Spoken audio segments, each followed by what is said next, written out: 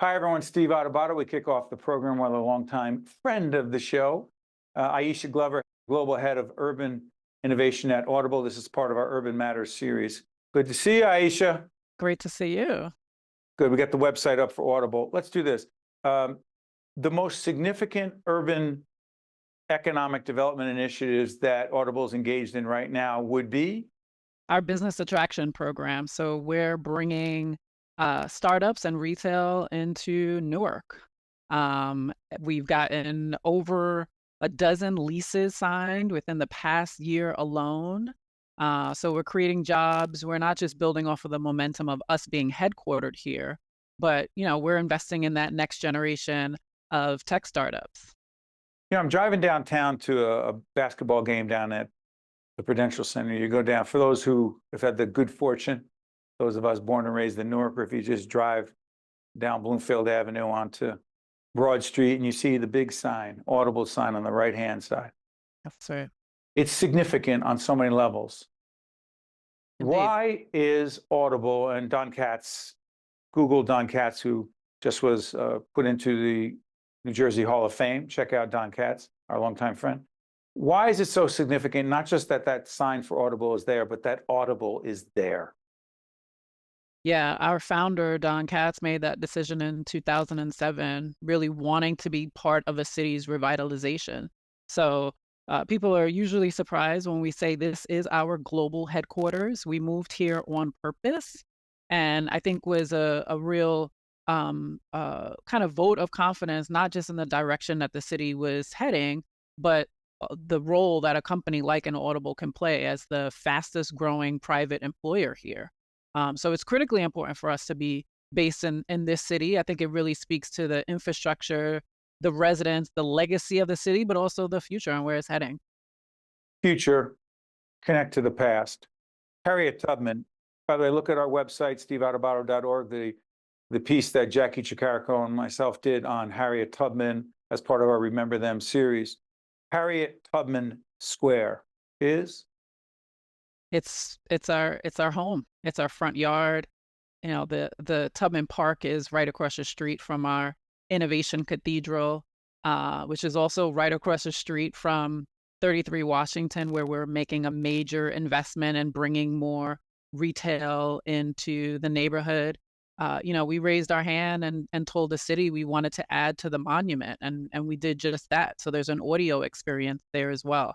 That power of storytelling, continues right in our front yard.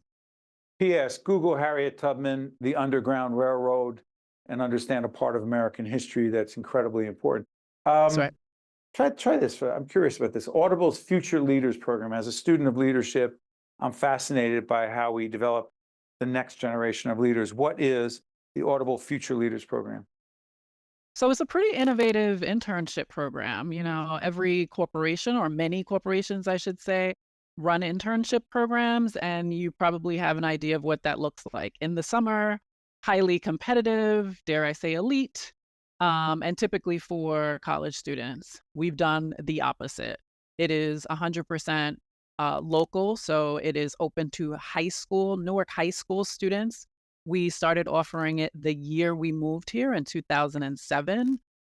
We're working with students and hiring them a year round and paying them, again, beginning in high school, and they get, a full kind of immersion experience. So we're focused on skills development. They don't have to necessarily want to come into the industry, but, getting this level of exposure this early on has shown to really benefit them in college, on their applications, with follow-on internships, you name it. And then they're a pretty impressive group of students every year. One of the things about doing anything in Newark or any urban community or any challenging initiative is collaboration is key. There is a collaboration between Audible and a company we know well, Fidelco, That's right. and going all the way back to the late, great Mark Burson, who, what an innovator, what an entrepreneur who He believed in was. Newark when a lot of other folks did not, and Kerry, his daughter, leading the effort there as well. But also the New Jersey Economic Development Authority. Talk to us about collaboration, because Audible cannot do it alone. No one can. Go ahead. That's right, and we shouldn't want to, right?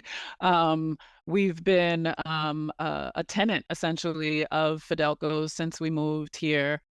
So both of our locations, Innovation Cathedral and One Wash, Fidelco is the owner, and so we've been collaborating with them since 2007.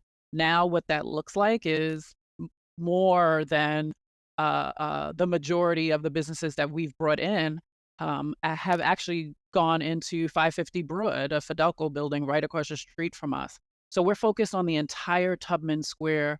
We collaborate with all of the property owners, but Fidelco really does kind of stand apart, carrying on Mark Burson's legacy, but really doubling down, and they kind of just get it, right? So they're key collaborators with us and investors, as well as NJEDA, investing in and supporting many of the businesses that we've brought in with lease subsidies and assistance. Some of them are major recipients of the recent Art Fund grant that came out, Yep, such as Equal Space. I know they've been on with you as well. So absolutely. I think it really matters, to your point, like that this collaboration, we can't do it alone. And so sometimes it's funding, sometimes it's networking, exposure, ecosystem building, all of that kind of dot connecting, and to have, collaborators like a Fidelco, like NJEDA, like the city of Newark, that understand the value of investing in a very intentional way, and supporting in that way. It's made my job a lot easier and, quite frankly, a lot more fun. Last question. You called it a job, Aisha, but you've been with us many times. And your passion, your personal as well as your professional commitment to Newark, to helping rebuild and improve the city of Newark is very deep. Why? Sorry. Well, uh, grew up in Brooklyn, and as much as I love Jersey, I would have purchased and stayed in Brooklyn if I could have, right? And so, essentially got priced out. And when people talk about displacement or gentrification, and talk about equity and access, it's just, it runs true to my core. And so if I can have any part in making sure that as the city develops, it develops equitably, and that, we're leveraging Audible's commitment and sense of purpose to this work, it kind of, it's a bit of a dream job. But I am where exactly I'm supposed to be, and really looking out for the underdogs, marginalized people, underrepresented voices, and how do we make sure that as the city grows and as Audible grows, everyone benefits. Aisha Glover, making a difference every day in the city of Newark with her colleagues at Audible and others. Thank you, Aisha, my friend. Appreciate it. Thank you. Great to see you. See you again very soon. Stay with us. We'll be right back. When the cost of healthcare depends on how many procedures or tests are performed, we end up with more care, not necessarily better care.